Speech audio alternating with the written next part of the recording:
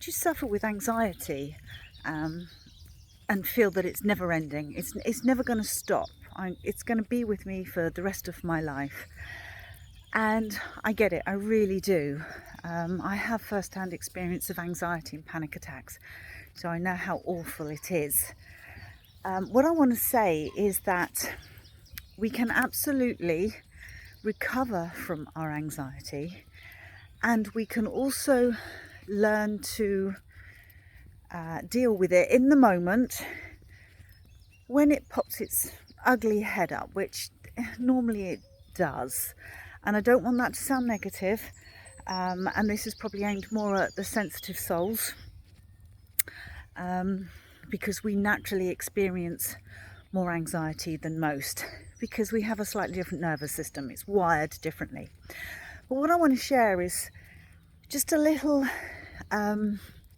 glimpse into one of my latest clients who came to me with extreme anxiety. Had the feeling, I'm going to stop because I've been walking uphill, had the feeling that, or had the belief, should I say, that it came out of nowhere. That just this anxiety just appeared overnight and couldn't understand why. And of course by then the anxiety had got a complete hold and they felt that's it. Now I explained to him that it didn't come out of nowhere.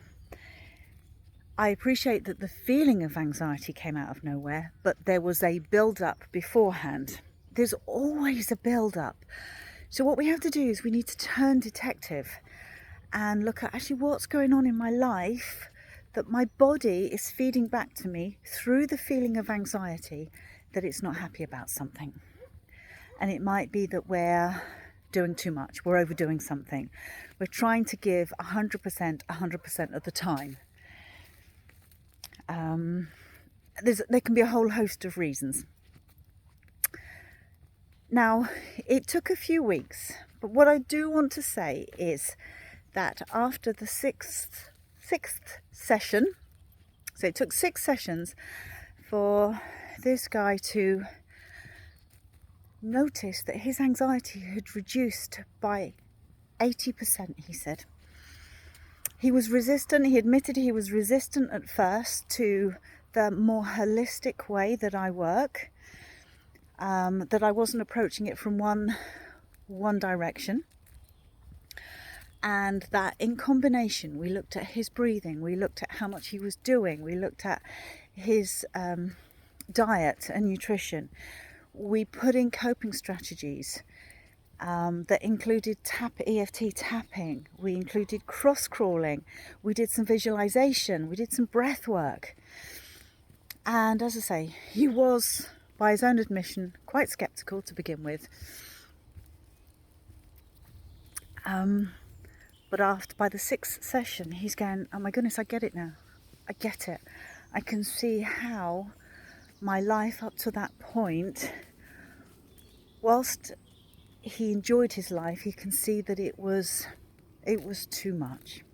He was asking too much of his body.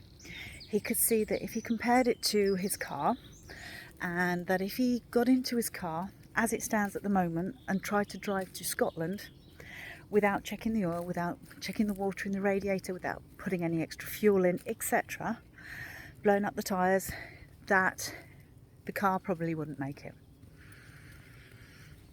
And he can see that he was trying to do that with his own body, and it didn't work. His body complained. It complained to such a degree that the anxiety floored him. So again, what I want to say to you is, if you experience anxiety, you need to be looking at it from a 360 perspective. No one thing will work all of the time.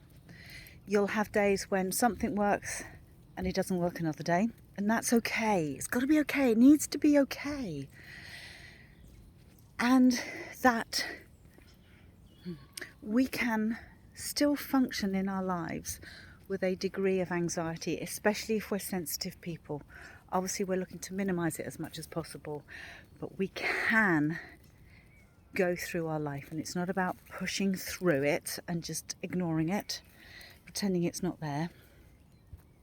I apologise, I'm not holding the camera very still, am I? But we need to look at it from a 360 perspective. Anxiety is just your body feeding back to you that it needs you to take notice. It needs you to make some changes.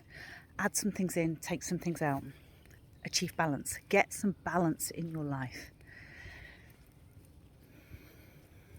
Healing's possible. So I encourage you to be gentle with yourself if you experience anxiety, and to go gently through your life.